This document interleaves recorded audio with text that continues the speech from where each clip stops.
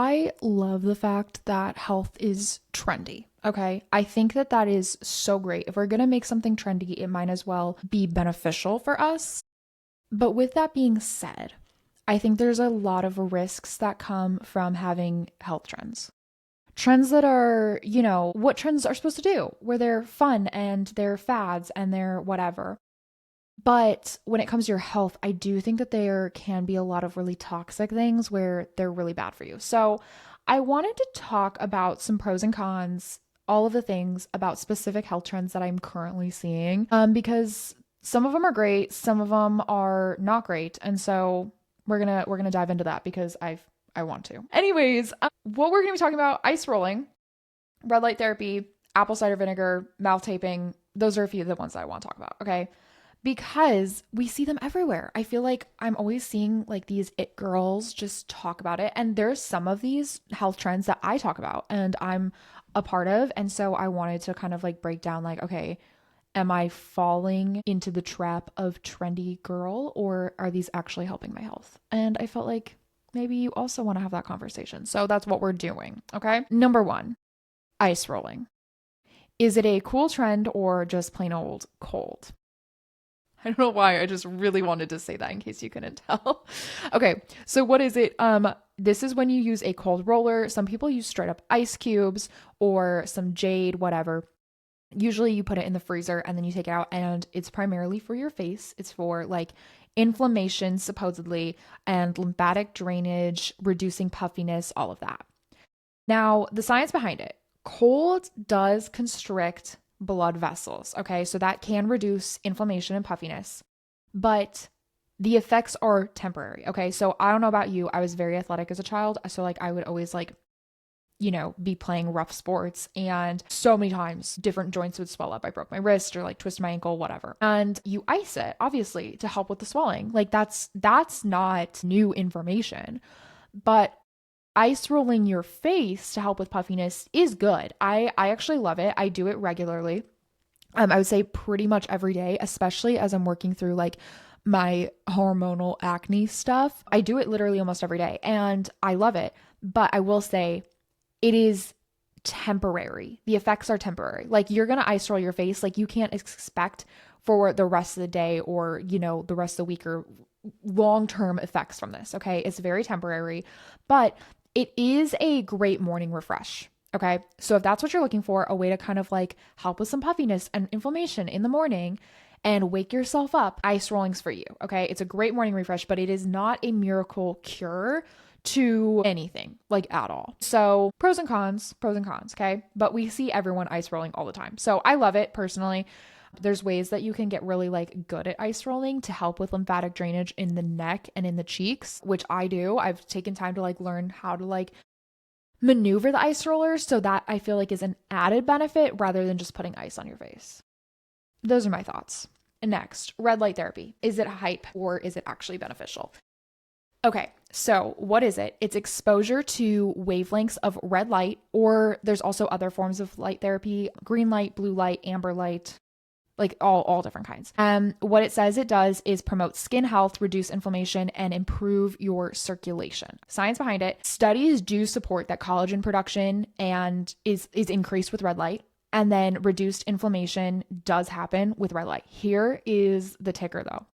Consistency is key. If you put red light on yourself one time, 10 times, 50 times, you're not really going to notice anything, truthfully. But when you are every single day super consistent with light therapy, whether it's red, blue, purple, whatever, that is when all of a sudden you're going to notice a long-term impact. Okay, so ice rolling, here and now only. Red light therapy, future you will thank you for it. Okay, so I also participate in this trend. I do purple light. Okay, so purple light is a shocker, a mix of blue and red. Okay, so the blue light helps kill bacteria, and then red light, like I said, promotes like kind of like reducing the inflammation and helping with collagen production. So again, I'm doing this primarily on my face to help with my acne journey, and I think it does help. I'm going to be straight with you. I really, really do. I think it's great. It helps with the scarring, I feel like, a lot because it's reducing the inflammation and helping with circulation and killing bacteria. I just noticed a lot of health, and again, I've been doing this pretty much every single day since November is when I started with my red light mask that I currently have, which is a little more high powered. And then before that, I was only doing it when I was in treatments. So great. I do think I'm just now starting to get the benefits of it. I hope that like 30 and 50-year-old Belle will be like, oh my gosh, this was the greatest thing ever. And we'll really notice a lot of health benefits on her skin. But we're playing the long game. Okay. So if you're invested, the benefits will take time. Okay. Apple cider vinegar. I had to talk about this one. Okay. Because if you know, like the new show Apple Cider Vinegar just came out on Netflix, and it's about a girl named Belle, which was shocking to me. That was like so surreal. I'm not used to people having the same name as me. It's very rare that I've never met anyone with the same name as me, actually. And so I've heard of people in passing, but so it was bizarre for them to be talking about Belle in like the influencer creator world. It was just so funny. Anyways, total tangent. Sorry. Apple cider vinegar is the name of it. And she like claimed she had cancer and like lied about all of these like health treatments, and then like said she cured her own cancer through the food she ate. And I guess one of the foods was apple cider vinegar. I watched it. It was really interesting. Just like very intense, very much so focused on like how the snowball effect of like once you start lying and then the lie goes public, it's really hard to go back from that. But with that being said, I wanted to talk about apple cider vinegar because I still see people talking about how when you drink or take a shot of apple cider vinegar, it's amazing. Okay. So anyways, what the claim is that drinking a shot of ACV, apple cider vinegar, is good for your digestion, blood sugar balance, and a metabolism boost. That's what it claims to do. Okay. Now, I will say there are some studies that agree ACV helps with blood sugar control, but the shots will actually erode your enamel on your teeth. So if you're like someone who like drinks apple cider vinegar regularly, you're like really, really hurting your teeth a lot. It's very, very bad for your teeth. So you need to dilute it, which means you're no longer taking an ACV shot. You're more so just like drinking apple cider juice. Still not great for your teeth. All that to say, I mean, it can be helpful. Vinegar has a lot of like positives, but you cannot expect this to be an overnight like magic weight loss potion. It's not going to all of a sudden make everything cured in your body. It's so overhyped. It is so overhyped. And would I ever do it? I've done it in the past. Oh my gosh. In college, I literally had a bottle of ACV and I would, shoot that stuff like probably twice a day because I was like, it's magic. It's going to heal everything in me. It's not. It's not great. If you do it, fine. But just don't think that it's going to change your life, okay? Next, I love seeing these like calming videos of these women who talk like this, and then they take their lemon and they put the little shot of it in, I don't know why I have an accent now, but whatever. They take their lemon and put it in hot water, and they're like, I have to start my morning with hot lemon water. And that's like what they say. And there's something so romantic about it. There's something so romantic about like a glass or a mug of warm water with lemon in it in the morning. And I think it's so romanticized. I love it. But what these claims say is that it helps with your digestion and it will detox you for the day. Okay. So here's the truth. Okay. Obviously you're drinking water. That's good for you. You're hydrating yourself first thing in the morning. That's great. The lemon will provide you with a boost of vitamin C. Vitamin C is great for you. Like always, whenever I go to a restaurant, love just some still water with lemon in it because it does give you like a little boost. It adds to something. Okay? But the detox claim is so overhyped, okay? Because your liver is what detoxes your body. Your liver, okay? If you don't know this, newsflash, that's your liver. Putting lemon in your body, drinking a glass of warm water with lemon in it is not detoxing you at all.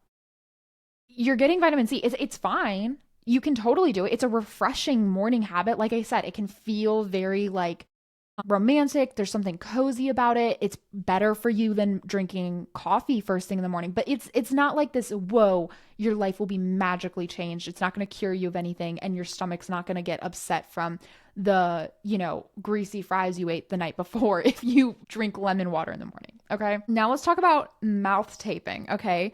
Is it a sleep hack or are you suffocating yourself? Because that was my question, genuinely. What is it? Taping your mouth shut at night to encourage nasal breathing. Okay, so if you're not on this side of social media like I am, because I'm deep, I get that. People are taping their mouth shuts at night. And so like there's different mouth types you can get, and they seem great, that have like little holes. Like if you have to breathe through your mouth at night, it's fine, but it keeps your lips closed. Okay. So you're probably not going to like die. Okay. And that's nice, but it's still like terrifying to me. Okay. So what it says it's doing is improving your oxygen levels and reducing snoring, because snoring is actually really bad for you. Really, really bad for you. Like tears up your throat.